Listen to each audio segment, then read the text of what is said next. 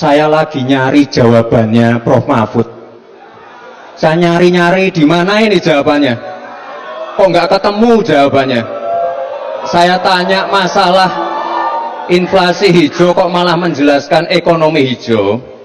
Prof. Mahfud, yang namanya greenflation atau inflasi hijau itu ya kita kasih contoh yang simpel aja. Demo rompi kuning di Perancis. Bahaya sekali. Sudah memakan korban. Ya, ini harus kita antisipasi, jangan sampai terjadi di Indonesia.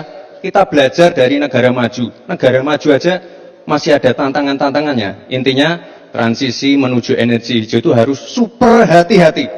Jangan sampai malah membebankan R&D yang mahal, proses transisi yang mahal ini kepada masyarakat, pada rakyat kecil. Itu maksud saya inflasi hijau, Prof. Mahfud.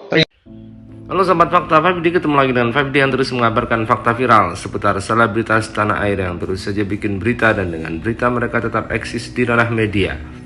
Ya, ekspresi Gibran dalam debat Cawapres kemarin dinilai menghina Mahfud MD yang seorang profesor dan orang yang sudah senior. Gibran waktu itu celingak-celinguk. Dia mengatakan bahwa dia mencari jawaban dari Mahfud MD. Hal ini menggambarkan bahwasannya Gibran sedang menyindir Mahfud MD soal jawabannya yang tidak mengarah kepada pertanyaan yang dia sebutkan. Gestur seperti ini tentunya dianggap menghina Mahfud MD dan malah meruntuhkan elektabilitas dari seorang Gibran Rakabuming yang dalam debat pertama sempat melonjak karena di luar ekspektasi. Mahfud pun nampak geram dengan tingkah kekanak-kanakan dari Gibran tersebut.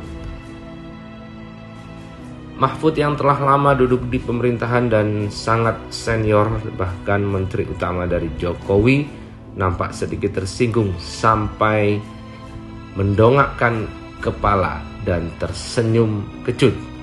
Mahfud yang orang Madura pastinya tersinggung disinggung oleh anak kecil, anak ingusan yang meskipun dia calon wapres tetapi dia tiket masuknya karena dibikin oleh ayahnya dan pamannya sebagai ketua MK. Di sini Mahfud nampak sangat emosi, darah Maduranya keluar mungkin melihat Gibran yang celingak-celinguk mencari jawabannya. Tentu ini memang sangat merendahkan. Padahal Mahfud seorang profesor dan kemudian masa profesor tidak tahu logika dan tidak tahu bagaimana menjawab. Istilahnya ditanya apa, jawabannya apa. Begitu mungkin sindir Gibran. Jawaban Gibran pun ternyata juga tidak esensial, tidak substansial saat menjawab, membenarkan apa yang dikatakan oleh Mahfud MD. Nampak sekali bahwa di sini Gibran hanya ikut mentor yang mengarahkan dia untuk berdebat. Akhirnya Mahfud MD pun menjawab dengan ketus apa yang dikatakan oleh Gibran. Mahfud MD mengatakan tidak perlu dijawab karena ini merupakan pertanyaan receh dan pertanyaan remeh-temeh. Mungkin Gibran ingin memancing emosi dari Mahfud MD seperti saat Mahfud atau Anies Baswedan memancing emosi dari Prabowo Subianto. Namun di sini nampak gagal apa yang dilakukan oleh Gibran karena sudah masuk pada ranah etika. Terima kasih. Mas, Saya juga ingin mencari tuh jawabannya ngawur juga tuh. Gila ini. Ngarang-ngarang ndak karuan mengkaitkan dengan sesuatu yang tidak ada, gitu ya. Begini loh, kalau akademis itu gampangnya kalau bertanya yang kayak gitu-gitu tuh recehan, gitu. Recehan. Oleh sebab itu tidak layak dijawab menurut saya. Dan oleh sebab itu saya kembalikan saja ke moderator. Ini tidak layak dijawab pertanyaan kayak gini. Tidak ada ini jawabannya. Terima kasih. Cukup buat Pak Mahfud? Masih ada waktu Bapak? Saya kembalikan. Cukup ya? Baik. Saya kembalikan. Tidak ada gunanya menjawab. Sampaikan nama dan dari media mana? Perkenalkan, saya Laura dari TV One. Mau tanya buat Prof Mahfud. Tadi kata Gus Imin, Prof lawan debat yang baik. Kalau bagi Prof Mahfud sendiri, siapa lawan debat yang baik dan kenapa? Kemudian terus tadi ada pertanyaan dari Mas Gibran yang dibilang receh. Recehnya gimana, Prof? Terima kasih. Gini, semua lawan debat itu menurut saya baik. Dia atau mereka sudah mempersiapkan diri, seperti halnya saya juga. Soal pertanyaan receh itu, ya bagian dari gimmick aja. Karena dia kan juga gimmick kan, sesuatu yang ditanyakan, lalu dianggap, oh bukan itu pertanyaannya. Padahal pertanyaannya memang itu. Nah, saya katakan, ini kok jawabannya receh banget, enggak usah dilanjutkan, saya bilang. Saya kembalikan ke moderator, sudah waktu saya serahkan moderator, saya tidak akan gunakan sisa waktu, tidak ada gunanya. Debat kayak gini, kan cuma gitu, itu bagian gimmick saja dari debat. Baik. Ini saya bukan tidak mau menjawab, saya sudah menjawab dengan benar. Tapi dia yang tidak ngerti konsep itu.